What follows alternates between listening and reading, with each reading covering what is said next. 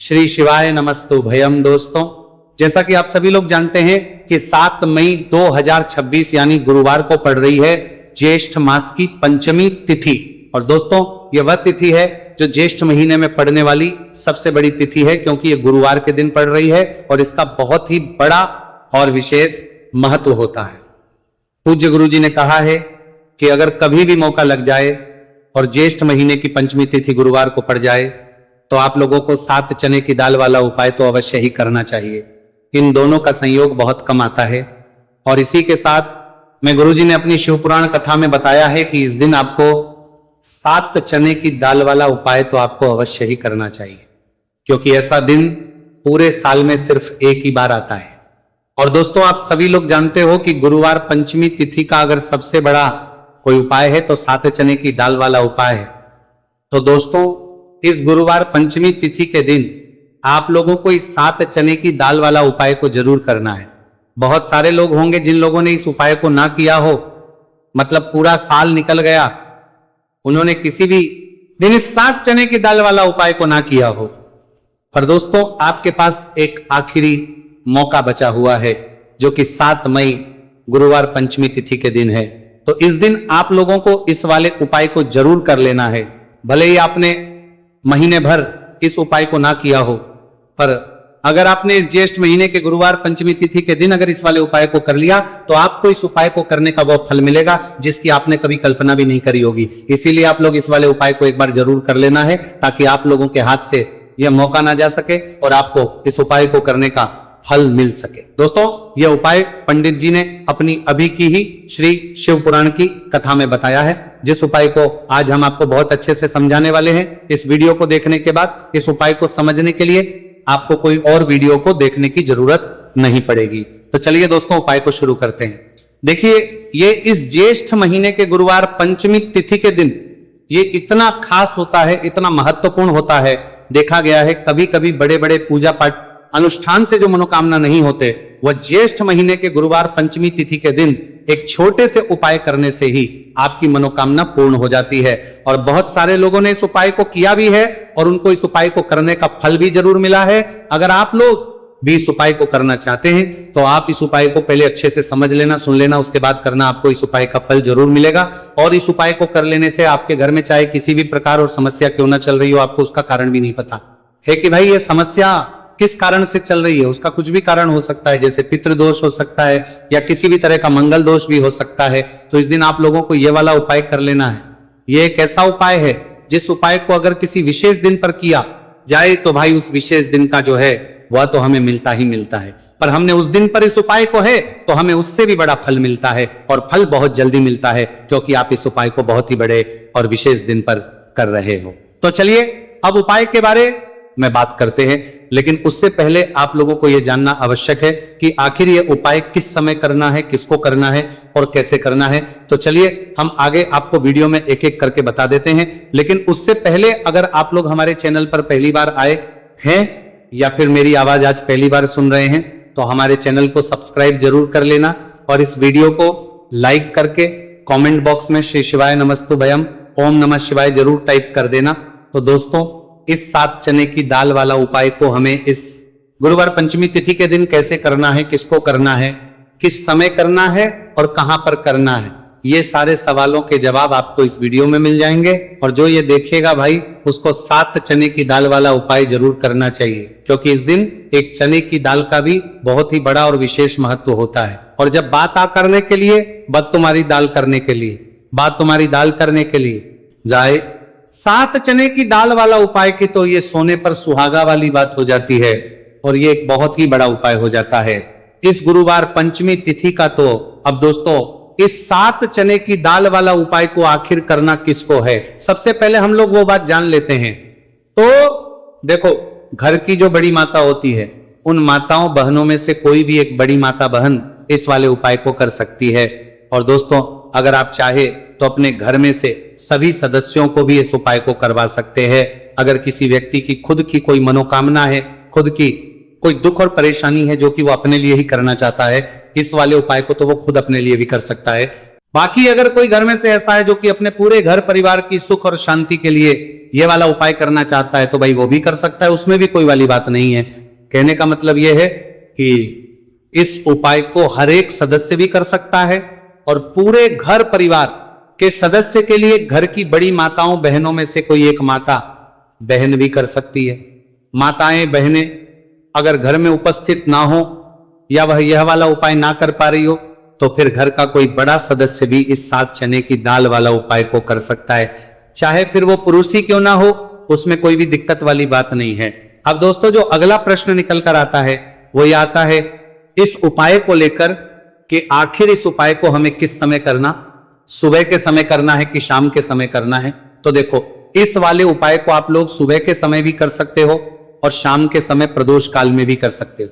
अब अगर आप पूछो कि भाई सब सबसे उत्तम समय कौन सा रहेगा इस 7 चने की दाल वाला उपाय को करने का, तो हम आपसे बस यही कहेंगे कि इस उपाय को आप सुबह के समय करेंगे तो ज्यादा बेहतर होगा।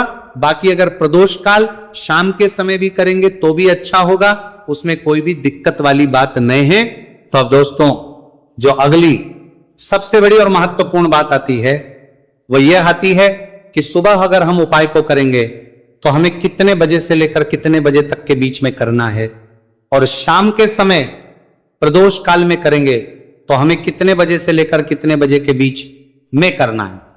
तो देखो सुबह जितनी जल्दी हो सके आप उपाय को करने की कोशिश करना।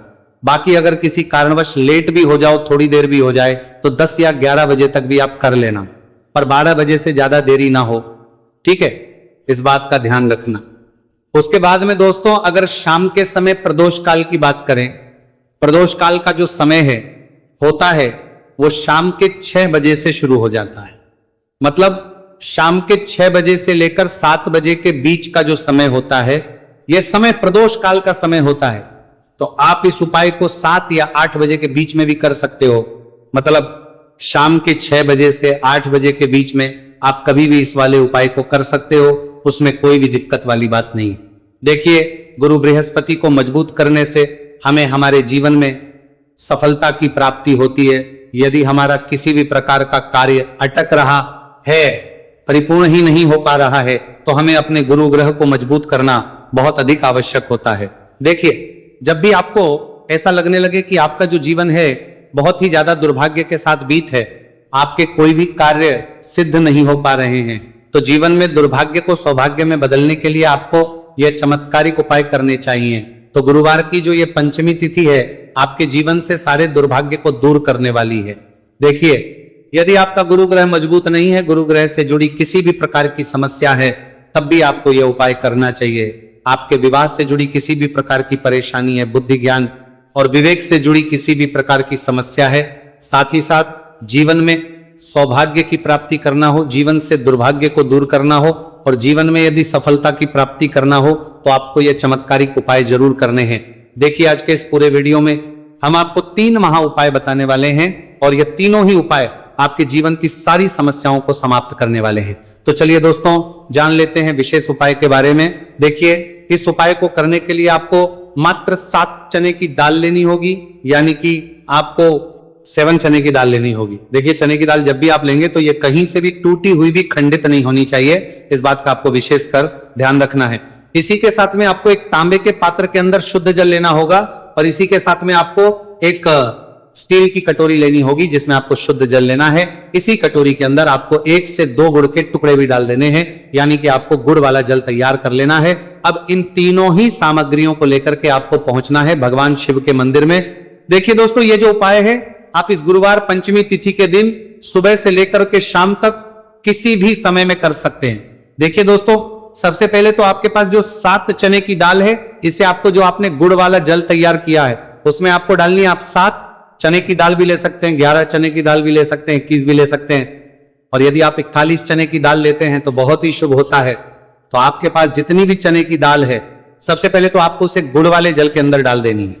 अब देखिए दोस्तों आपके पास जो 1 लोटा शुद्ध जल है इसमें से थोड़ा सा जल सबसे पहले आपको भगवान शिव की शिवलिंग के सीधे तरफ जहां गणेश जी का स्थान होता है वहां पर आपको अर्पित करना है। फिर थोड़ा सा जल श्री कार्तिकेय जी वाले स्थान पर अर्पित करना है। फिर आपको थोड़ा सा जल माता अशोक सुंदरी वाले सन पर अर्पित करना है। फिर आपको थोड़ा सा जल माता पार्वती के हस्तकमल यानी कि कटी वाले भाग पर अर्पित करना है, और अंत में आपको थोड़ा सा जल भगवान शिव के शिवलिंग पर भी अर्पित कर देना है, और उस पात्र के अंदर आपको थोड़ा सा जल और शेष बचा लेना है, यानी कि पांचों ही स्थान पर थोड़ा थोड़ा जल अर्पित करने के बाद अंत में शेष जल और उस पात्र के अंदर आपको बचा लेना है। अब आपको बृहस्पति ईश्वर महादेव का स्मरण करना है, और आपके पास जो चने की दाल है इसे आपको अपने सीधे हाथ में रखनी है। देखिए गुरुवार का दिन है, इसीलिए आपको ओम नमो भगवते वासुदेवाय इस मंत्र का जाप भी करना है। अब देखिए दोस्तों, आपके पास जितने भी चने की दाल है, चाहे 7 है, 11 है, 41 है, उतनी बार आपको बृहस्पतिश्वर महादेव का स्मरण है।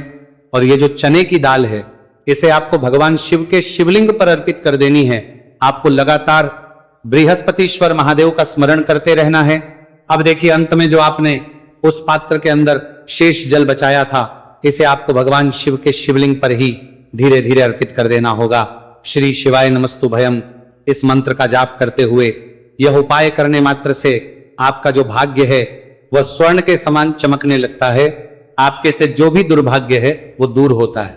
तो इस प्रकार से आपको यह उपाय कर लेना है। यह उपाय आप सुबह से लेकर के शाम तक किसी भी समय में कर सकते हैं। अब दोस्तों हम जान लेते हैं गुरुजी द्वारा बताए गए दूसरे उपाय के बारे में। देखिए इस उपाय को करने के लिए आपको सबसे पहले तो मात्र थोड़ा सा शुद्ध घी लेना होगा। देखिए आपको मात्र आधा चम्मच ही शुद्ध घी लेना है, और इसी के साथ में आपको एक तांबे के पात्र के अंदर आपने ही घर से शुद्ध जल लेना होगा, और इन सभी सामग्रियों को लेकर के आपको भगवान शिव के मंदिर में पहुंच जाना है।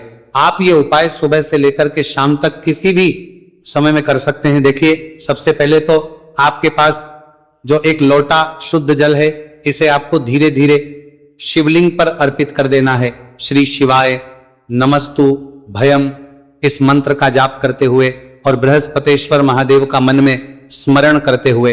अब देखिए दोस्तों, आपके हाथ की जो अंगूठे के पास वाली उंगली होती है, तर्जनी उंगली, उसमें आपको यह शुद्ध घी लेना है, और इस उंगली से आपको शिवलिंग पर जहां माता अशोक सुंदरी का स्थान होता है वहां पर आपको इस घी से अच्छे से लेपन करना है। यानी कि माता अशक्त सुंदरी वाले स्थान पर आपको अच्छे से घी का लेपन कर देना है, और आपकी जो भी मनोकामना है, चाहे आप अपने जीवन से दुर्भाग्य को दूर करने के लिए यह उपाय कर रहे हैं, जीवन सौभाग्य की प्राप्ति के लिए आपकी कोई मनोकामना हो, विवाह के लिए आपकी किसी भी प्रकार की कामना हो, जिस भी प्रकार की आपकी कामना है उसे परिपूर्ण करने के लिए आपको कोई प्रार्थना करनी है, और इस घी का लेपन आपको माता अशोक सुंदरी वाले स्थान पर कर देना है। अब दोस्तों इस घी वाली उंगली को आपको कहीं भी साफ नहीं करना है, कहीं भी नहीं पहुंचना है, सीधे आपको अपने घर लेकर के आना है, और इस घी की जो पहली बिंदी इसे आपको अपने मुख्य द्वार पर लगा देनी है। और इस घी की बिंदी आप अपने घर में जहां भी आप धन रखते हैं वहां पर भी लगा सकते हैं। आपके घर में जहां कहीं भी रसोई घर है वहां पर भी आप इस घी की बिंदी को लगा सकते हैं। तो 3 जगह आप इस घी की बिंदी को लगा सकते हैं। आपके घर में कभी भी अन्न और धन की कमी नहीं होगी, और आपके घर में जो भी क्लेश होगा वो भी समाप्त हो जाएगा। तो इस प्रकार से आपको दुर्भाग्य को दूर के लिए दूसरा उपाय करना है। तो चलिए दोस्तों, अब हम जान लेते हैं तीसरे विशेष और अंतिम उपाय के बारे में। देखिए यह उपाय भी बहुत ही खास है, विशेषकर आपके भाग्य को उदय करने के लिए यह उपाय भी बृहस्पतिश्वर महादेव का ही होने वाला है, और विशेषकर आपको यह उपाय भी गुरुवार पंचमी तिथि के दिन ही करना है। देखिए इस उपाय को करने के लिए आपको सबसे पहले तो एक प्यारी सी और सुंदर सी बेलपत्र लेनी होगी। बेलपत्र लेते समय ध्यान रखें कि यह कहीं से भी कटी फट्टी खंडित नहीं होनी चाहिए।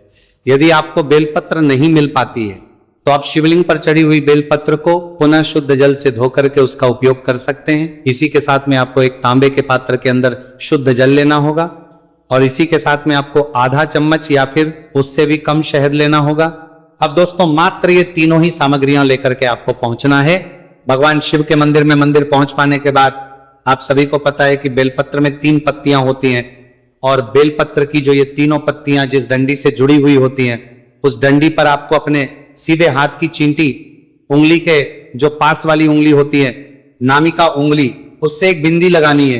यानी कि तीनों पत्तियों को जोड़ने वाली जो डंडी है केवल उसी पर आपको शहद लगानी है। इसके बाद आपको ये जो बेलपत्र है इससे महादेव शिवलिंग पर अर्पित कर देनी है। श्री शिवाय नमस्तु भयम इस मंत्र का जाप करते हुए देखिए बेलपत्र की जो चिकनी साइड है वह शिवलिंग से स्पर्श होगी, और इसकी जो डंडी है वो जलाधारी की ओर रहेगी। इस प्रकार से आपको यह बेलपत्री शिवलिंग पर अर्पित करनी है। अब दोस्तों अंत में जो आपके पास एक लोटा शुद्ध जल है, इसे आपको धीरे धीरे शिवलिंग पर अर्पित करना है। श्री शिवाय नमस्तु भयम इस मंत्र का लगातार करते हुए देखिए, ये जल आपको एक विशेष प्रकार से समर्पित करना है, यानी कि यह जल आपको 7 बार में समर्पित करना है। यानी कि थोड़ा सा जल आपको समर्पित करना है, फिर आपको थोड़ी देर रुकना है, फिर आपको थोड़ा सा जल समर्पित करना है, फिर आपको थोड़ा रुकना है। इस प्रकार से आपको थोड़ा थोड़ा जल 7 बार में शिवलिंग पर और करना है। इस प्रकार से आपको 1 लोटे जल से ही यह जल समर्पित करना है, लेकिन को थोड़ा थोड़ा जल करके 7 बार में शिवलिंग पर यह जल अर्पित करना है। और आपको लगातार बृहस्पतिश्वर महादेव का स्मरण करते रहना है। देखिए, जैसे ही यह जल शिवलिंग से होकर के जलाधारी की ओर बह करके आएगा, तो इस जल को आपको अपने सीधे हाथ में लेना है और इस जल का छिड़काव आपको अपने पूरे शरीर पर कर लेना है। बृहस्पतिश्वर महादेव का मन में स्मरण करते हुए ये जो उपाय है आपके भाग्य का उदय करता है और आपके जीवन से दुर्भाग्य को दूर करता है। तो बहुत ही आसान सा उपाय है। इस उपाय को भी आप इस गुरुवार की पंचमी तिथि पर करके जरूर देखना, आपको निश्चित ही लाभ होगा। तो दोस्तों,